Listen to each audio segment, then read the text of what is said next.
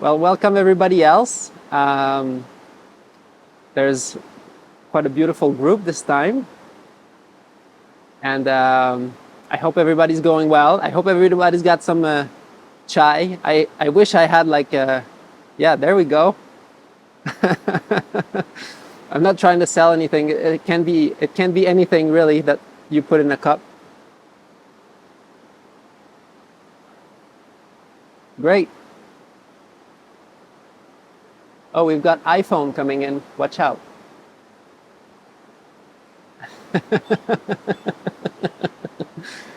Great. Yeah, so I like to just talk a little bit about how people are doing and wait, who is this? Ah, this Kokila. Erwan Zananay. Go home ada. Oh, Kokila is muted.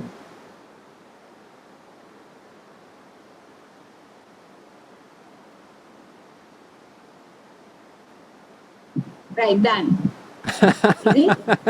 Great, yes. Yes, wonderful. Okay, great. Yeah, so I guess I can start with a few things. Well, first, what's been going on? What's been going on the past month? There's been quite a few things. It's been the end of the rainy season here. So, as some of you may know, in the monastic life, we have 3 months that is the rainy season because in northern India, the time of the Buddha, there's the monsoon. And the Buddha said that we should find lodgings and stay there for 3 months because it gets really intense. And it kind of became a 3 months retreat for the monastics. And now this just ended. And the end of the Vasa, we call it, is also the time for robes in the monastic life. So either we sew them if we're really good and patient, but mostly we usually receive them. And so there's been a lot of that recently. A lot of, at the end of the rainy season, usually there's a month where monks will be invited to certain ceremonies to kind of celebrate the end of the meditation retreat kind of thing. And yeah, so there's been a lot of that. There's been a lot of reunions, gatherings, robes, a little bit of traveling. It's been quite, we've been blessed with some really good weather here, so it's been really nice to see, to be here.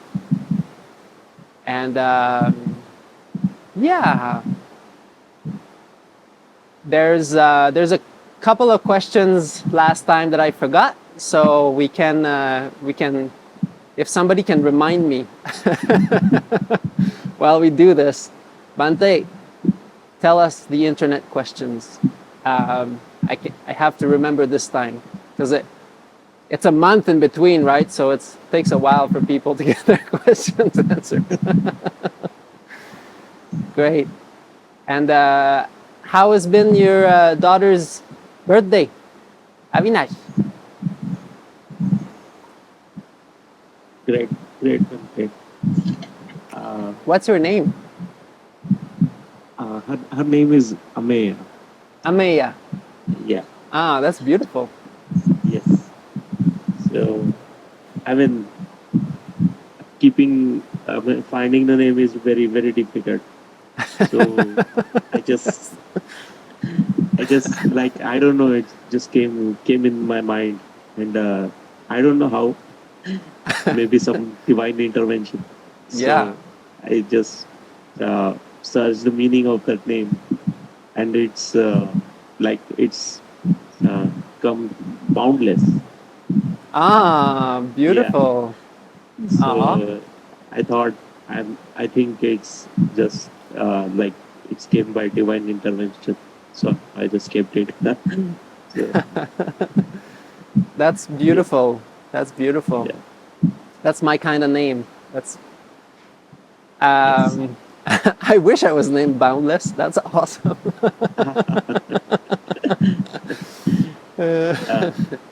And I mean, that's great. We get your blessing also for the day. Uh-huh. The day was wonderful. Oh, wonderful. Thanks. Great. Thanks. I can't remember where in India I was. That was last year, I think. Because I'm a monk, I get stopped and asked interesting things sometimes. Some lady was, she had her baby in her hands and she wanted me to give a name. And so basically to name the baby. And I was just really, I was like, I don't know what to say. Yes. And it took me 5 minutes. And then she was kind of getting impatient. I was like, well, Siddhartha. And she's like, no.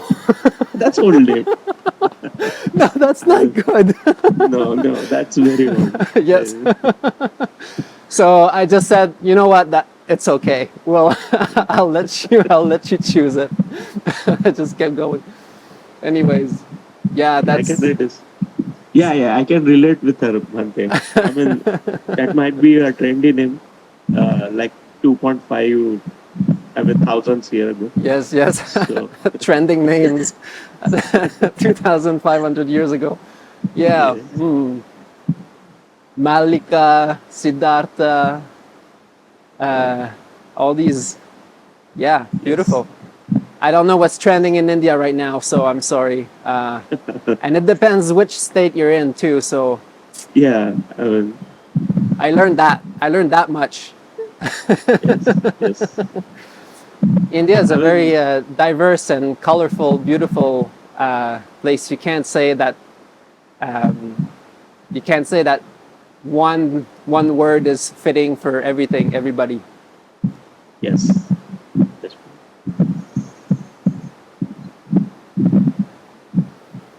I kind of miss it actually already. I'm not too far though, but. Yeah. But I mean, in India, many monks are involved in the ceremony of like performing marriages and all that. So, is this allowed in Vinaya? Yeah. No, the Buddha discouraged that, definitely. But it has become, for example, in Sri Lanka, for example, we need to understand the history a little bit of the Buddha's teaching. And here in Sri Lanka, in the cities, mostly most of the monks will be in temples, and we call them pansala. And so there's a big difference between the pansala and the aranya here. There's a big difference between the temple tradition and the forest traditions. And usually the way that Buddhism evolved is that it became a lot about temple. And here in Sri Lanka they have Sunday school, which is a beautiful thing. But it's also, even more involvement. The monks are teaching the kids every Sunday and about Dhamma. It's called Dhamma school, Dhammapasala. And they do funerals. They will attend funerals. They will attend births, weddings, basically anything you would expect from priests also. We get called priests here because of the British influence that came and kind of took over here, won Sri Lanka for a bit, and then they got back their independence. And actually for a while, Buddhism was really put down a lot because of the colonial attitude. And I'm sure you understand that from India's vantage also. Similar things happened in India. And Yeah, so usually the forest school is, in general terms, in Thailand, Burma, and Sri Lanka, it became a lot like that. It became very involved, and monks kind of letting go of the Vinaya and kind of disregarding most of it. And then at some point, recently, actually, it's not that long ago, some monks decided to go back to the forest and really follow the Vinaya quite well, because they started to see that, that's not really the Buddha's teaching to be so involved in so many things always. It's really hard to meditate. But I don't want to be shutting down anything or talking against temple traditions, because also what I realized recently was, if Sri Lanka, for example, is Buddhist right now, is because there's been a lot of education done, and that came from the monks. We had a really nice talk the other day down at the other monastery. These Ayurvedic doctors came and talked a little bit about the healthiest time in Sri Lanka was at a time, I can't remember the name of the king at that period, but it was the time where there was this cooperation between the temples and the village, and there was a really the village and the temple were really, really, really close together. So the temple was the place of learning, the temple was the place of education. Even farmers learned to farm from the monks, apparently. That's what he was saying. But that mutual relationship, and of course it's called Gamma Pansala, or in Sinhala Gamma Dagoba, Gamma Pansala. And that relationship was the time when Sri Lanka was at its healthiest, apparently. Small villages with a temple, and that relationship was kind of nurtured. But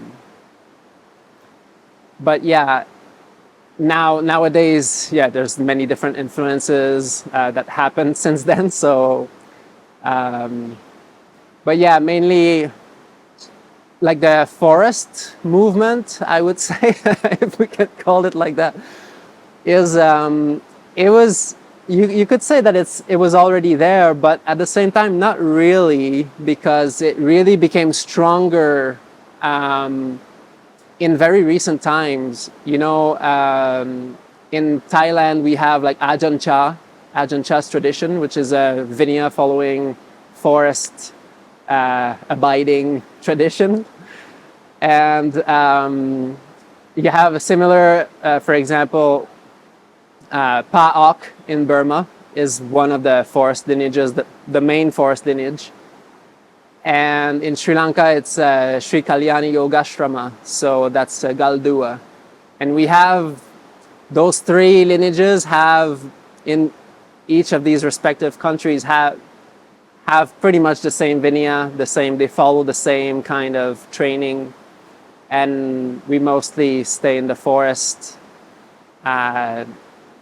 trying to stay in line as much as we can with the actual practice, bhavana, and mental development, because it's really not easy to do when Yes.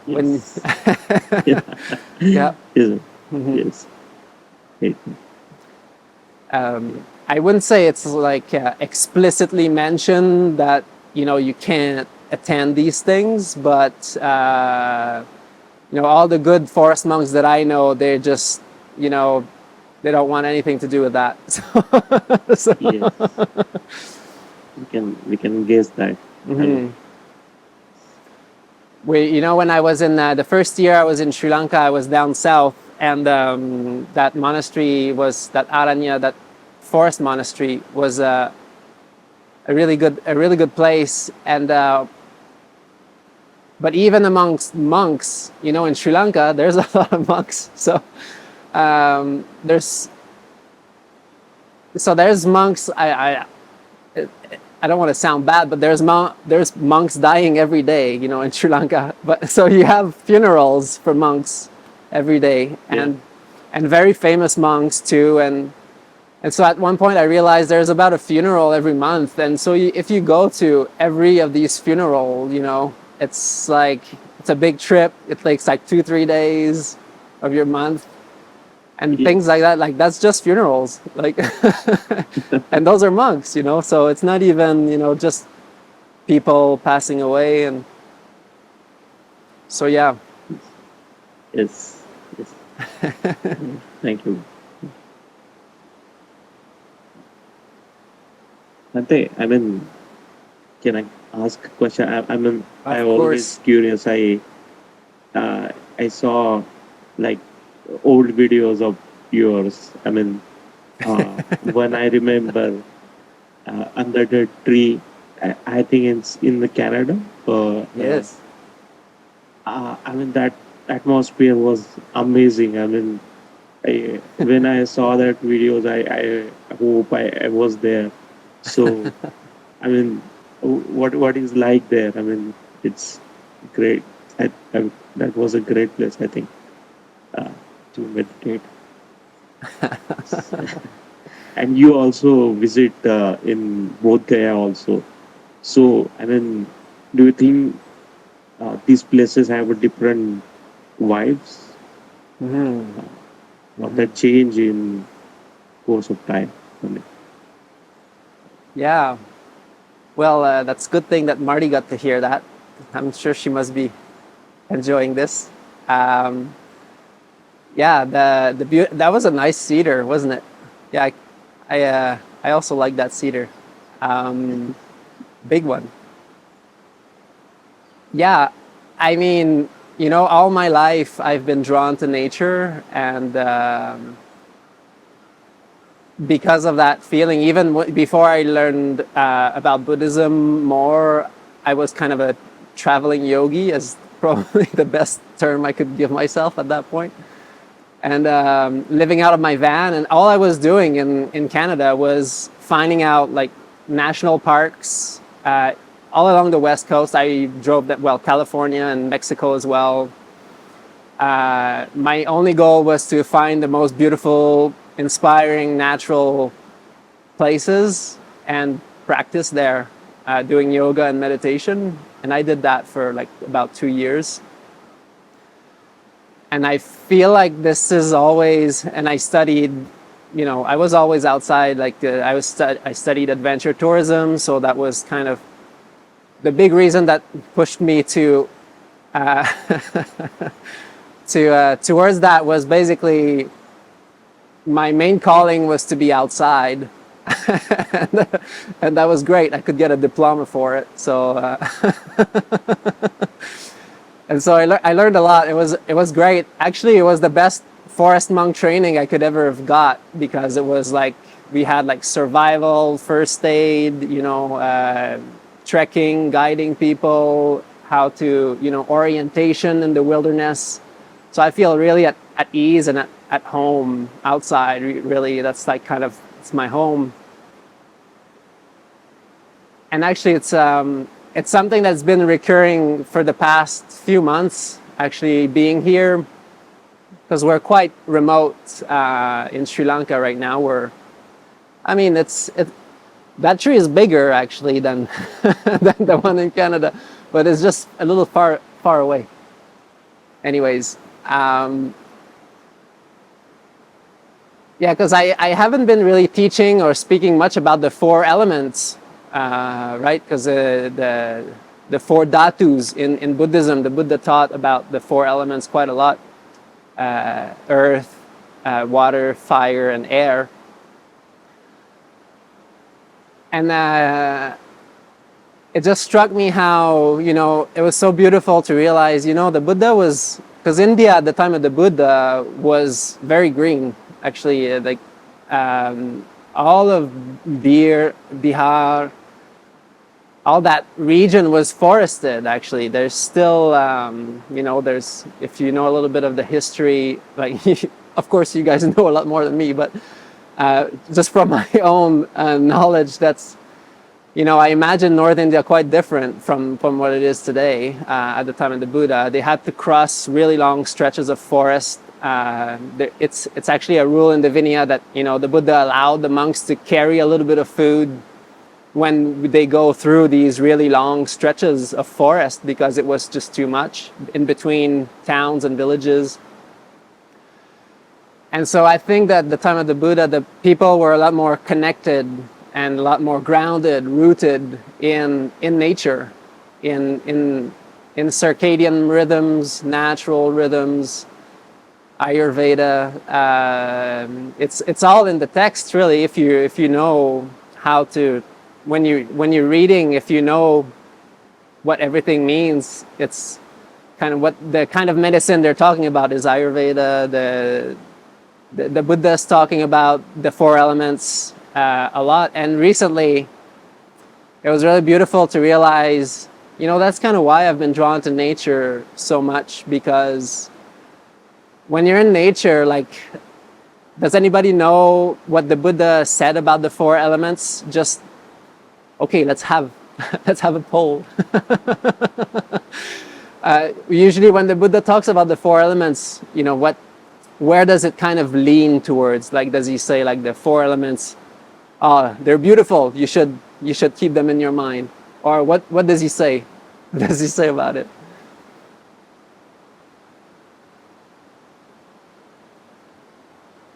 And it is for you to answer. Or anyone on the screen.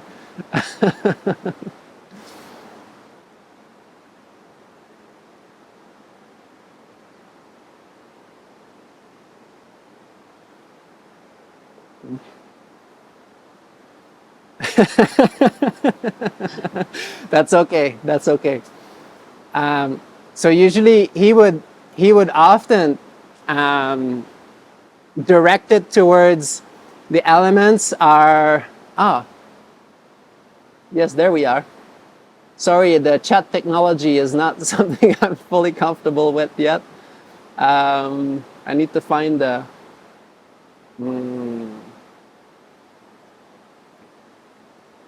where's the chat? There it is. Okay. Yes, fire, water, air, and earth. That is correct. And usually the Buddha kind of took it and turned it into these elements. They are within us, which is also really interesting to think about, that like Native Americans or like indigenous people around the world also had very similar philosophies. Like, we are built out of the earth, we are built out of the water, out of air, and the fire, because in Ayurveda, again, the fire is the digestive system a lot, and that keeps us alive. And in Ayurveda, if like the basis is like the digesting system. So if your digestion is not good, then the rest is going to be. Usually the first question the doctor will ask you is, how's your digestion? because it's the basis for health, basically. And that's what creates heat in the body. Of course, I'm not going to go into the Abhidhamma of it. I studied that part of like the dhatus, the elements, and what the kind of papancha that people have written over the years about what that could be in terms of really precise, breakdown of how it feels in the body, hardness, softness, and all that stuff. When I read that, I felt like this was moving away from the essence. But when I read the suttas and the Buddha describing, understanding that we are actually built out of these elements, and these elements are not personal, it's not self. And that's why I love, every day going into the river, and, we have these big boulders, and meditating in the boulders and meditating outside, going to the viewpoint, beautiful viewpoint here where I can see a vast horizon. We can see Kandy and everything, and all the mountains. Just how, like the rocks being surrounded by that, like the rocks they're just there, you know, they're like, they're not judging you. They're not thinking about, you know, that, and that, or they're just a very, very still, neutral presence. And I'm made of that. I'm made of that too. And the water, it's just flowing also. And it's not judging, like, I think it's a simile of the saw where he says, you know, when the earth gets spat on, the earth doesn't get upset, doesn't get angry.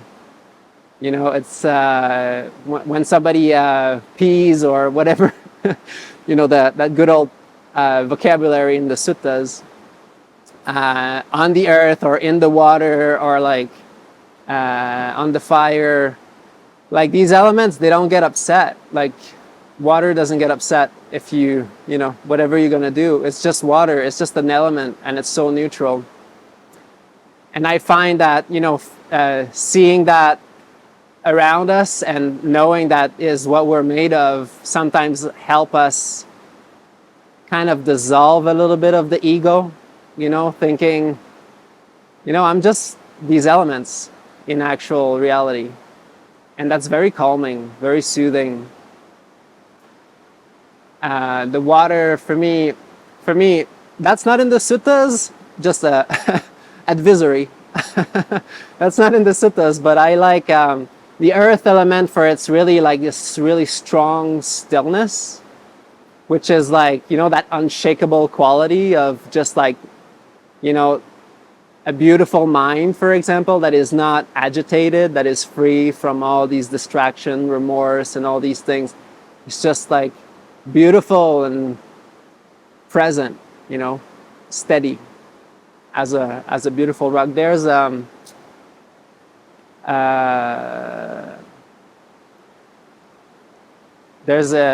verse in the Atisha's teachings, and it was it escapes me now, but there's something about these elements, and there's a very beautiful verse about you should be like that. Basically, you should be like strong, like steady, like a rock, and fluid like the water, and things like that. And for me, water is also my daily contemplation, is because here we have like a waterfall at the monastery. We have three rivers actually meeting together, and so we're surrounded by water. And everywhere we go here there's water, and just seeing it flowing and flowing is it kind of imprints on your mind, and then you can also start to see how your experience is also like that. It's just flowing. The six senses arising, passing, rising, passing. And that helps you, for me, it helps me to kind of, you know, not try to hold on to a specific state, even a meditative state, if you understand, but to actually let it flow. And that's actually how it stays kind of longer. Let it flow, like not clinging. Because as soon as we start to like put our attention on something, then it's like, oh, and then we hold it. But to stay like water, to stay like the river. And fire is an interesting one in many ways, but for me, I really, when I think of fire, I really like this. There's a teaching where the Buddha is talking about the six senses, and the consciousness is dependent on the six senses, dependent on contact, and dependent on sankharas, on past conditionings, past kind of actions, volitions, and this is the momentum that's in the back of the mind. But mainly supported by the six senses. And he says, for example, consciousness, when there is I and when there is form, then there's eye contact. There's consciousness arises out of this. Then when there's ear, there's a sound, there's a contact, then there's consciousness out of this. And he says like a fire can burn on many things. Like there's a wood fire, there's a stick fire, then there's garbage fire, because and then dung fire, like a fire can burn on cow dung. You know, these Tibetan nuns on the Tibetan plateau that are like practicing to attain rainbow body, you know, like just blasting loving kindness in the universe. There's like what they're basically, their main source of fuel is cow dung because it burns. Yeah, I mean, I guess it's yak dung, but they pick it they pick it up. They basically live completely dependent on these yaks, and they pick up the dung, and then they bring it to the stove, and they make chai, they make tea, they make their food, they make everything. And I'm reminded of this every time, because here in Sri Lanka, unfortunately, usually the garbage gets burned. So in Canada it gets recycled, but in Sri Lanka it usually gets burned, and especially in those remote areas. And so when I'm burning the garbage here, I'm also reminded of that, where like, you know, all the junk that we put in our mind is also fueling consciousness. And so but when we let go of all of that, when the more we let go and release, relax, and learn to let it flow, let things flow, then the fire of consciousness becomes less and less and less. And so that's another beautiful thing. And air, for me, the other contemplation that I had for that was is mainly when I go to the viewpoint. Very beautiful and very, very vast and open. And as some of you know, I like to talk about the vagus nerve and what it does. And peripheral vision is actually part of what activates the vagus nerves and allows us to relax and tap into more like an open, broad awareness that is not as concentrated. That is like the action, the doing is more concentrated, right? When you have to do a task-oriented something, you have to put your attention, focus, make it work in there, and then sustain your attention. And that narrowing of the awareness is more associated with the sympathetic nervous system. But when we let go of that task, that active notion, we can take a step back. And a lot of people can even feel it, like having a vagal reset, just by seeing, be it out in the open and seeing a vast horizon. You can feel your gut kind of releasing and starting to digest a little bit more, body calming down, toning down, breathing gets deeper. And it's just, you know, what we're kind of hardwired to do. And air, for me, and space are synonymous, I would say. So, and I think it's a beautiful meditation too, to just kind of have an open gaze that is not focused on something. I don't know if you've tried that. In a beautiful landscape, it's actually, our mind is so used to looking for something to watch, especially nowadays. But to actually step back and to take a broader kind of perspective is actually calming. And it's really interesting, because you can sometimes see the patterning of the mind, that it's been used to look for something, and it's hard to let go trying to look at something, but just taking in the view, just being, wow, this is beautiful, being in awe. Awe is another, I'm also a big fan of Dacher Keltner, which is studying awe, the art of being in awe. And that's another thing that actually activates our vagus nerve, that helps us relax, that helps us being present.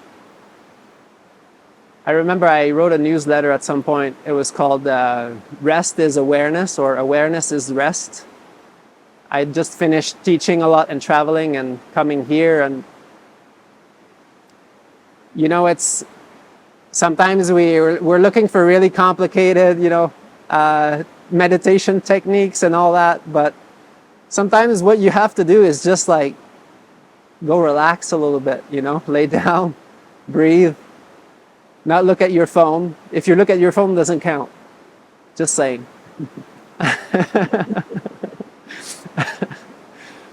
And yeah, because when we're in a relaxed state, tranquility, passaddhi is so important in the Buddha's teaching. Is when we're in a relaxed state, usually naturally there will be also a certain level of samadhi, a certain level of upekkha, of steadiness of mind. And so sometimes it's not necessarily about trying to sit more, it's about actually relaxing a little bit more. So that's and that's like a general thing in life, and for me it's not different, being a monk or being whatever you want. There's always times where you think, oh, this is wholesome, this is beautiful, I'm going to do more of that. And then even the wholesome gets to be, oh, well, that's busy now. So I need to kind of calm my life, like slow down. Actually, one of the best things in life to practice is to learn to slow down. For me, for many years I've struggled with this. So I'm speaking out of experience. But yeah, it's so true. I mean, whatever we want to do, or however we want to meditate, whatever meditation you want to do, to live a slower life that is close to nature, the four elements. Yeah, and I think this has been really at the core of my path for a long time, because I was really interested in Native American spiritual traditions, and I have Mi'kmaq blood also from Quebec, Eastern Canada, and went to a few powwows and sweat lodges and ceremonies. And I really loved their wisdom. I really loved how they saw reality and kind of interacted with it. And even though it's definitely hurt and changed over the years, but it was really inspiring. And to see the Buddha, I feel like the Buddha and these traditions have had a lot in common. The four elements, being part of them and immersing ourselves in that is very grounding, very peaceful, very calming. It's so easy nowadays. We get caught up in a loop of like technology and messages and all these things, and there's so much coming at us, and sometimes it's easy to get lost in there. It's easy to kind of have it in the back of your mind all the time. And so when we're kind of just with nature and grounded, it's easier to tap into that neutral place within us, to that anchored place. It's so easy. It's funny that, yeah, it's always there. It's always been there. We used to live like that. Human beings used to live like that for the longest time, except in the past maybe 200 years. Industrial Revolution. Yes, Bhante. So in one of the sutta, maybe in Rahula Vada Sutta, uh, Buddha talk about these different elements, like sea as a earth as a earth, water as a water, and all those elements. So I don't understand. I mean, at that time is some kind of meditation technique around this, or like it's the jhana. Buddha relate jhana with these states or something. I don't understand those well. Yeah, when the Buddha talked about the four elements, it's usually kind of related to imparting more wisdom, the wisdom of his awakening. That is around Anatta, basically. That's usually the way that it's conveyed. He would tell his son, for example, because Rāhula, his son, was going out for alms one day with him, with the Buddha, his father, and the Buddha could see that Rāhula had some pride in his mind because he thought, "Wow, that's my dad." I mean, can't blame him. I probably would have thought the same. Wow, the Buddha's my dad, and you know how pride works, right? You know, he's my dad. Oh, that's kind of cool. So, something like that. And then the Buddha could see that in Rahula's mind, and he turned around and said, "Rahula, whatever you see is just the four elements, and you should train like that. This is just the earth. This is not me, this is not mine, this is not myself, this is just the earth element. It's just the water element. And the water element, whatever happens, it's not agitated, it doesn't think anything about the current state, it's just neutral." I mean, I can't remember it exactly, word by word at this point, but he usually tried to communicate anatta through the four great elements. I'd be curious to dig a little deeper because I'm sure in the Samyutta Nikaya, for example, there is a whole chapter on the dhatu, the elements. So we would have to dig back in there again, but. And in the Abhidhamma, it gets a bit more complicated. It's about, nope, we're not going there. And so yeah, so usually it's about developing that understanding that it's not personal, anatta. It's not self. And then maybe around, sorry, did you have another question? Nothing. Bhante, just, I mean, we did not touch that part, like the vibes of places. I mean, Sorry? I mean, the place have vibes. I mean, different places have a vibe. Yes. Like you go to the Bodh Gaya also. I mean, you feel that, or I mean, it's long time ago, and like, Yeah. Let's get esoteric. Yeah, definitely. Yeah, I totally. Yeah, there is different places have their own energies. I mean, that's what I did for a few years, traveling, practicing, and I was looking for these places. Basically, I was meditating in like these pristine, like natural hot springs in Canada and the mountains and beautiful, like went to Yosemite, went to the Mojave Desert, Joshua Tree. I had like personal retreat in Joshua Tree by myself, which was amazing. Just meditating in the boulders. Joshua Tree is special. It has this strange light. It's like green and pink and really beautiful. And it's really interesting. It's like imprinted on the rock as well. Like some places you can see that those colors imprinted on the rocks. And I was always meditating in these places because they're naturally conducive for meditation.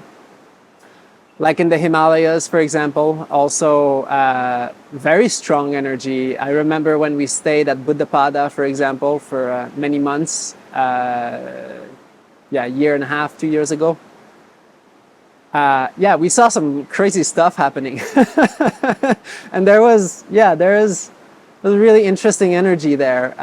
I was living in Rinpoche's room, basically, that he usually gets when he's there, and that was right next to the big Dhamma wheel on top of the Gumpa, on top of the big building for meditation. And the energy was there, the energy that was there was just actually too strong, to be honest. I was not able to sleep, no, not much. I was not able.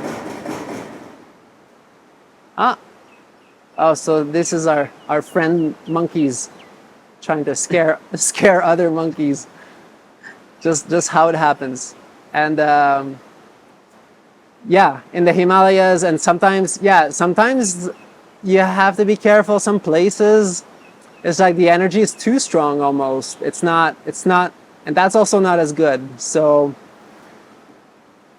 here in this place is very special because, again, in Native American traditions, when there's two streams meeting, there's usually they think this is an auspicious place, and here we have three, and we have waterfalls on each of those really close by. It's at the bottom of a valley. It's very grounding. But it's in the heart of Sri Lanka, in the heart of the mountains. It's known to be, the knuckles are known to have a high spiritual energy. So a lot of monks came in those forests to meditate very dedicatedly, like we say nowadays, for real.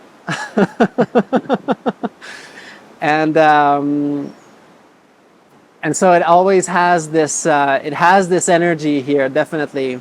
But it's not too strong. It's also very loving at the bottom of this valley. So it's very, it's nurturing. So that's also an aspect that is helping. You can find these places pretty much anywhere. But you can develop also a sense for it, or just certain patterns and certain things that make a certain place have a very special energy. And Bodh Gaya, obviously, it's Bodh Gaya, so that's where the Buddha awoke. India has no shortage of very high spiritual energy places. I think Bodh Gaya, you can just feel it as soon as you get there. Even if you're not by the tree or anything, but as soon as when you get by the tree, which is not actually the real tree, this is Yes. Grandson way far down the generations over there. It got chopped down and burnt many times. Oops. But still, some very lovely, faithful people keep replanting it, and that's. But even then, and even if all the 7 little boards that tell this is where the Buddha stood, unflinchingly looking at the Bodhi tree with gratitude.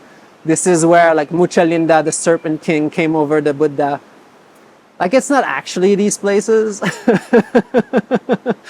But, it's in that vicinity that the Buddha awoke, and you can definitely feel it, and the people's,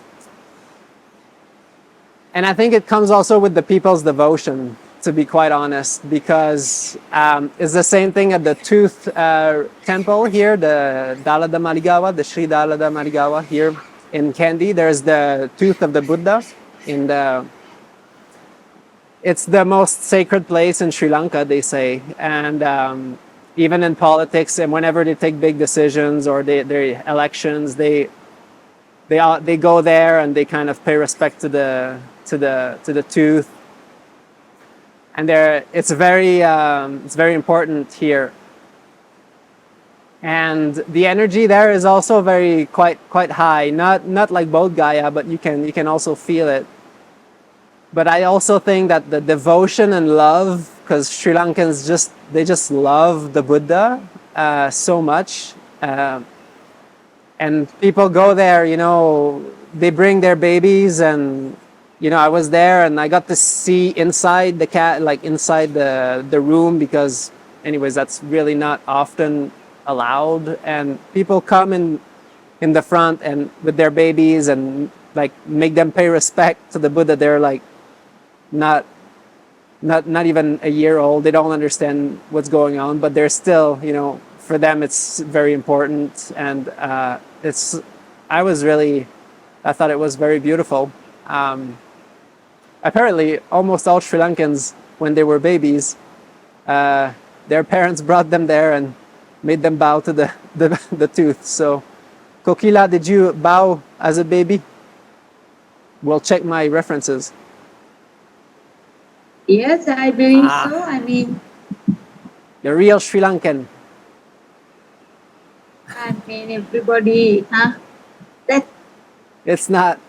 See, that's what I meant. It's not special even in Sri Lanka. It's just everybody does it. Yes. And I have tears in my eyes when I'm seeing the babies bowing. I'm like, wow, this is so beautiful. But for them, it's like, yeah, whatever. Yeah. So, yeah, Bodh Gaya, and yeah, there are sacred places with very special energies that can actually unlock certain things in you when you meditate. And I'm not saying that like you should try to look for that, or you should try to go to these places, and if you don't have access to it, you're cursed or something like that. No, it's not. It doesn't matter that much, but it does exist, and it can help, and it can be very inspiring. Yeah. Thank you. Great. Okay, Bhante, read the online question before you forget. Thank you. Okay, the meaning, nope. So, dear HeartDhamma.love, I wanted to ask, does everybody hear me okay? We're an hour in, but okay. I wanted to ask Bhante what the experience of seeing the Dhamma is like, and how one knows it has happened. Several years ago, after intensive practice and vanishing and deep jhana happening, I knew after the 3 characteristics, and to explain how stream entry is irreversible, cut at the palm like a stump. Very, very beautiful question.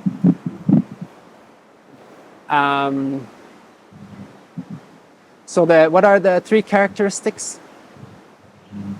Can someone help me answer the question? Anicca, dukkha, and anatta. Anicca, dukkha, anatta. Very good. Yeah, so that means impermanent or transient, anicca, anitya, not staying, not permanent. Dukkha, which means unpleasant, troublesome, sometimes translated as suffering. And anatta, which is impersonal. This is Bhante Vimalaramsi's take on it, and my take on it also, which I think is more practical a little bit, but also that is called non-self. And so whatever you're practicing, I think, whatever it is that you're practicing, of course the three characteristics are important, because more and more we will start to see these three characteristics as our practice develops. And the Buddha often kind of correlated it as like what is anicca, what is not permanent, what is not staying, it's always going, going, going. Is that pleasant? Is that, is that desirable? Something, everything that arises passes away. It says no, it's actually a bit troublesome. And that's how it correlates to dukkha. That's how anicca and dukkha come together. So whatever, it's always coming up and going, and you can't hold on to anything in this reality because it's just flowing. Well, of course you can. Let's not talk about practicing and holding the Dhamma, but in terms of the six senses and consciousness and all that, all of our experiences is constantly going, going. And is that peaceful? Not really. It's really intense, actually. but it's okay. Don't worry. There's a remedy. There's a remedy. And then what is constantly going and not staying, is that pleasant? It's a little bit troublesome. See, that's why I like to use the word troublesome here too. And what is constantly going and not staying, impermanent, and also troublesome, is that fit to be regarded as me? This is what I am? I'm a flow of impermanent stuff going all the time, which is not always that peaceful. That's me? No, it's not me. It can be personal. Everything is always arising and passing away. So that's kind of usually how it's understood, the three characteristics. And yes, in some ways it can be correlated to seeing the Dhamma, impermanence, anicca, seeing that everything that arises also passes away. Everything that has a cause also passes away. But mainly the actual experience of seeing the Dhamma I think will be different for everybody a little bit. But the result is, and that's the main takeaway, I think, is that unwavering confidence, that faith. Because the four factors of stream entry are unwavering confidence or faith in the Buddha, the Dhamma, the Sangha, and the virtues. And so whenever someone is, whatever experience has happened, whatever teachings are proponed, explained, when a person arrives at a place where, not necessarily after a strong experience, this is gradual. Again, I explained that in many discourses. There's the magga, there's the path, and there's the phala, there's the fruit. Magga is gradual. We get there by practice, and it's a practice. And so gradually these things will become more and more understood within. And so that faith, it doesn't come from blind faith, it comes from the faith of understanding, the confidence of understanding, of your own experiential knowledge, like Goenka would say. And I love when he said that, in the retreats, that experiential understanding of the Dhamma, that is really the way. And it's true. And so through your own understanding and experience and practice, whenever someone gets to a place where the Eightfold Path is locked in, the Eightfold Path has to be understood, it has to be known, and it is kind of strongly established within. This can come with a bigger experience or without a bigger experience, but usually there will be a certain depth of experience coming with that. And seeing the Dhamma here is not, nowadays people try to turn that into a kind of a very like Hollywood kind of, fireworks experience. Hollywood, Bollywood, whatever you want, but Bollywood has a lot of explosives too. So I'll tell you that much. I'll say yes. So however many fireworks and all that, but seeing the Dhamma, it's not that complicated. The Buddha often gave talks to people, and after his talk, they didn't really meditate, but they just listened, and they saw the Dhamma. It said the Dhamma Chakku arose in them.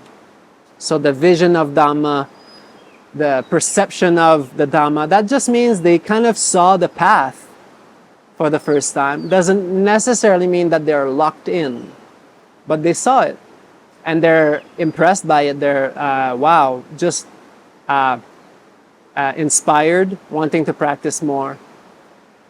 And when it gets locked in is when you have your own experience developing your own mind, because it's all about developing the mind, cultivating beautiful states of mind, liberated states of mind.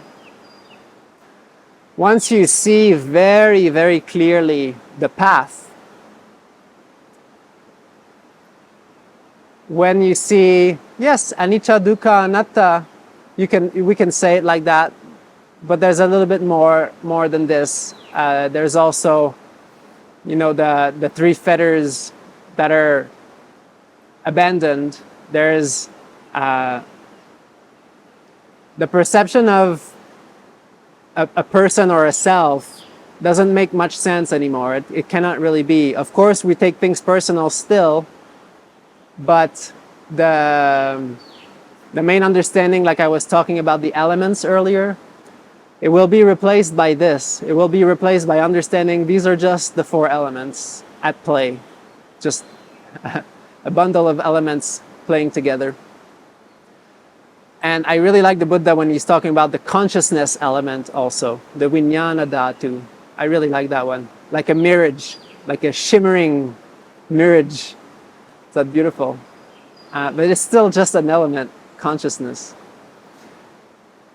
And also the six senses. The six senses, there's a sense base, there's an element, there's a stimuli, there's the corresponding sense stimuli, and then there's a contact, and there's consciousness that arises out of this. And on top of that, with our inclinations and everything, our papancha, everything that we think of ourselves, that arises based on that, but it doesn't have to, actually. So when we understand these things, and it can also happen through a deeper understanding that even mind can, the mind and the body process is very impersonal, and it can also blow out. The consciousness also can blow out. And so when the consciousness, through a long practice of letting go and developing skillful states of mind, then there can be a very subtle and peaceful abidings that at some point even all the fuel, the accumulated fuel for consciousness actually gets taken out, and so consciousness blows out as well. And this is also a profound experience. It can contribute, it can not change anything, it depends.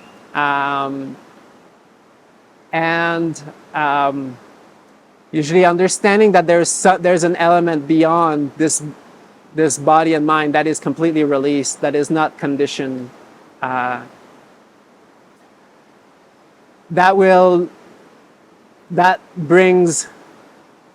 which would bring in the end very strong confidence. Like anybody can come to you and say whatever they want, you don't know what you're talking about. This is not it. This is not what the Buddha taught. Blah, blah, blah. Doesn't matter. And so, just like that, this is how seeing the Dhamma can be understood. It's not that complicated. It could be that. It could have been this. It could have been a dip in the stream. That experience could have been a dip in the stream. All of these experiences accumulate. So we don't want to stop there. These experiences are not, they're not the all in all of meditation. They're just milestones at best. What really matters is that we actually keep practicing and to keep looking at our minds for what is to be improved, not what has been experienced, if you know what I mean. So, I think that's about it. And you can really tell for yourself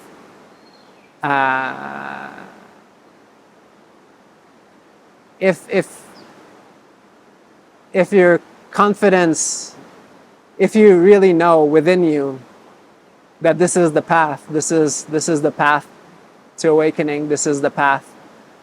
I liked one of the suttas. I can't remember which monks it was, but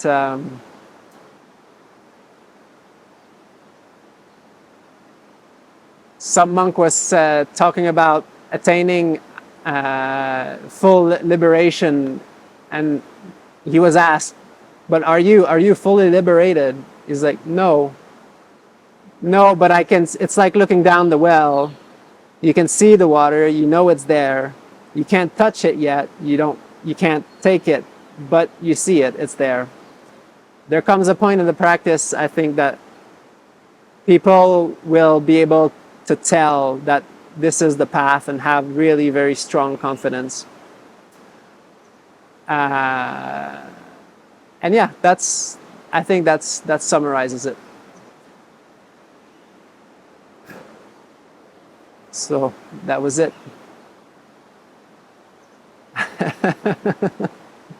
Very good. Bhante, Yes. in the sutta crossing the flood, Yes. the Deva asks the Buddha, how did the Buddha cross the flood? And Buddha answers that if one stays still, they'll sink, and if they rush forward, they're swept away. And I believe your translation is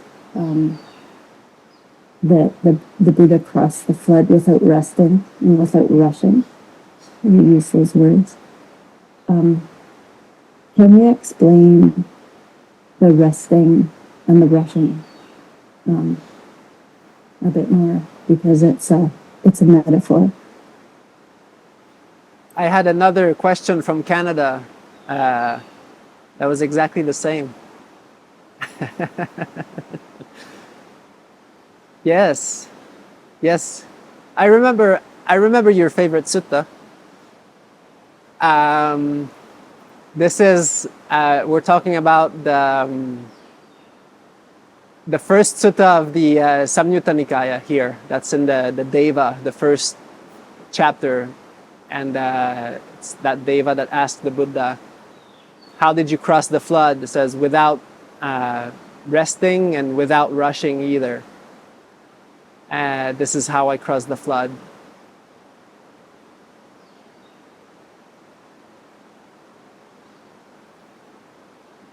So what is the resting? Is that your question?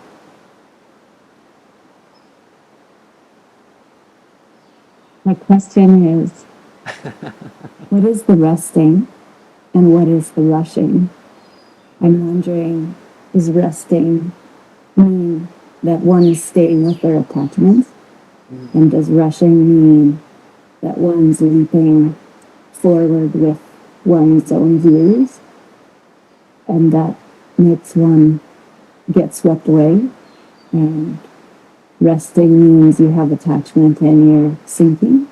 Or is it's just you have to cross you have to cross through the flood, but you don't want to take your time, but you don't want to rush. Yeah. I like, well, if I may, if you're done, are you done? Okay. Because that also, that line, that's really nice. It just kind of struck me, but there's very few suttas that say that collectedness of mind that comes from not pushing and not pulling, or like not reaching out and not forcing or not pushing, and not resting, but also not rushing.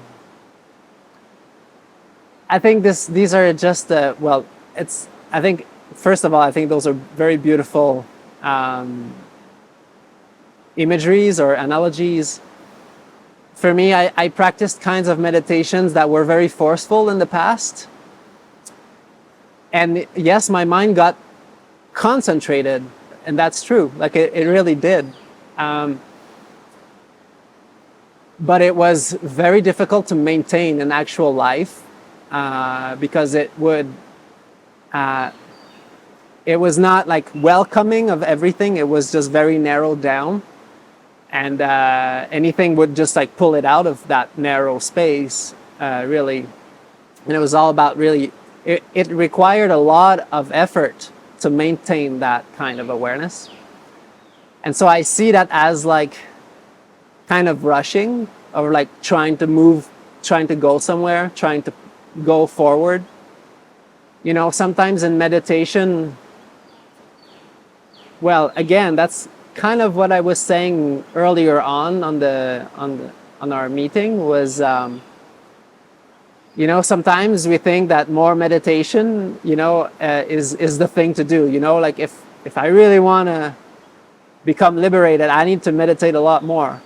And then we're going to try to push it. But that pushing is actually,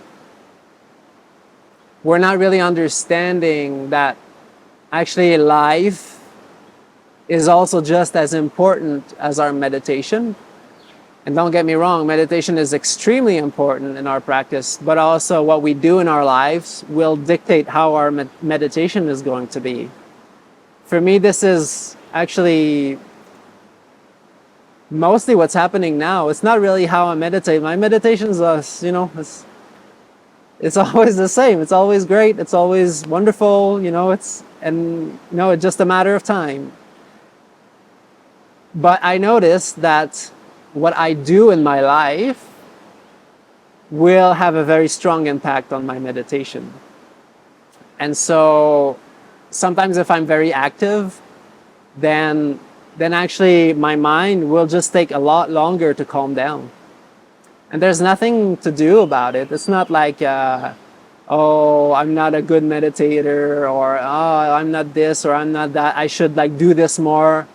It's just basically coming down to the way we live our lives as well. So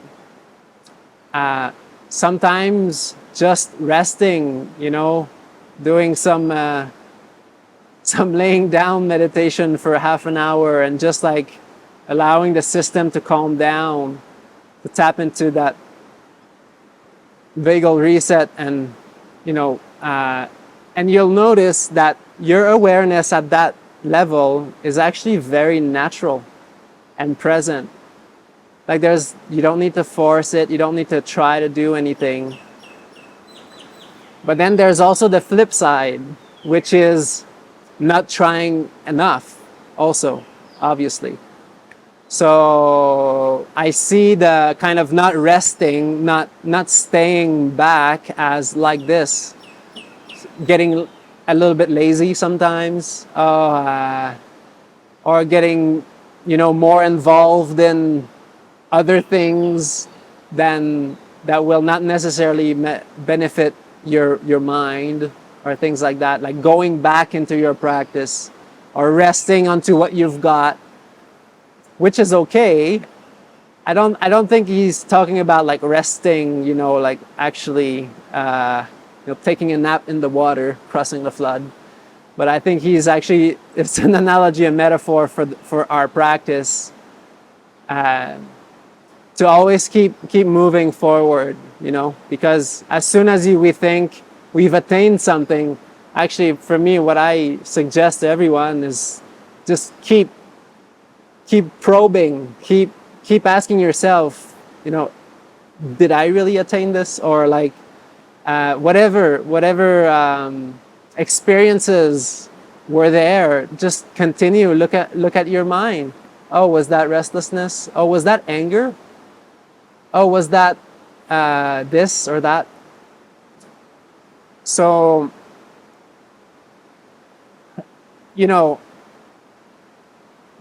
to any level, whether monastic or not monastic levels, wherever you are in your life, whatever your situation is, however that applies to your life, not being complacent, not being lazy, but also not trying to go too far, too fast, not trying to,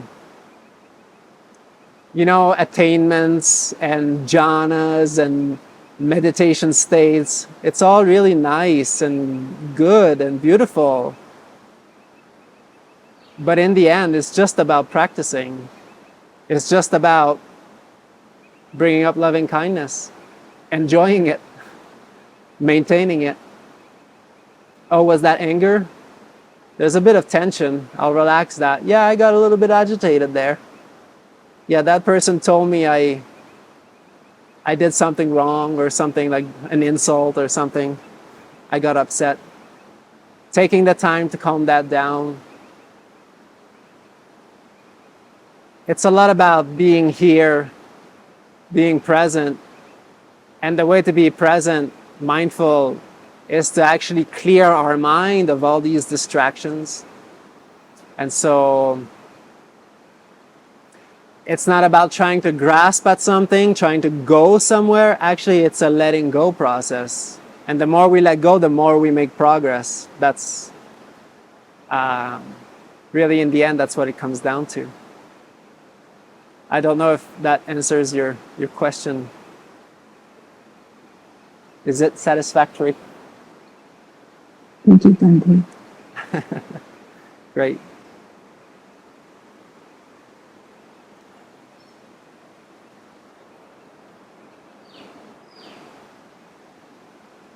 That's a great sutta.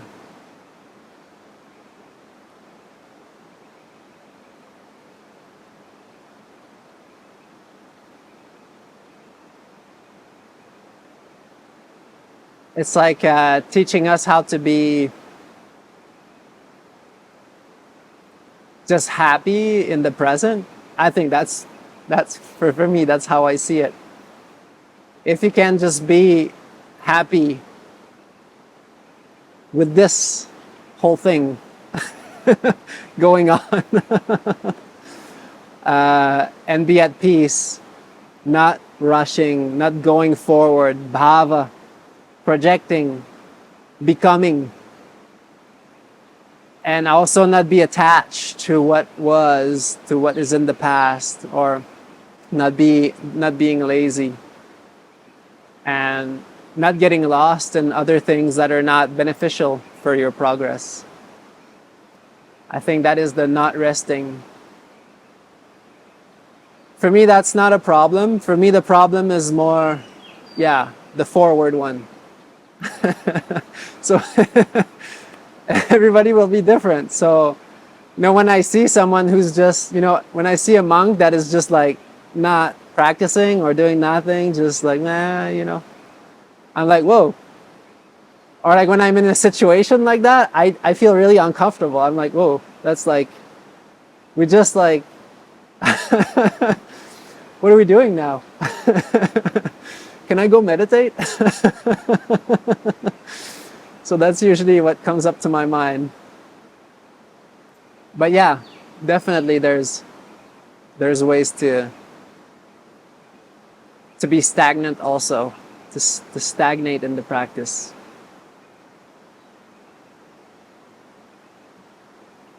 Any other questions? The last little bit of time we have.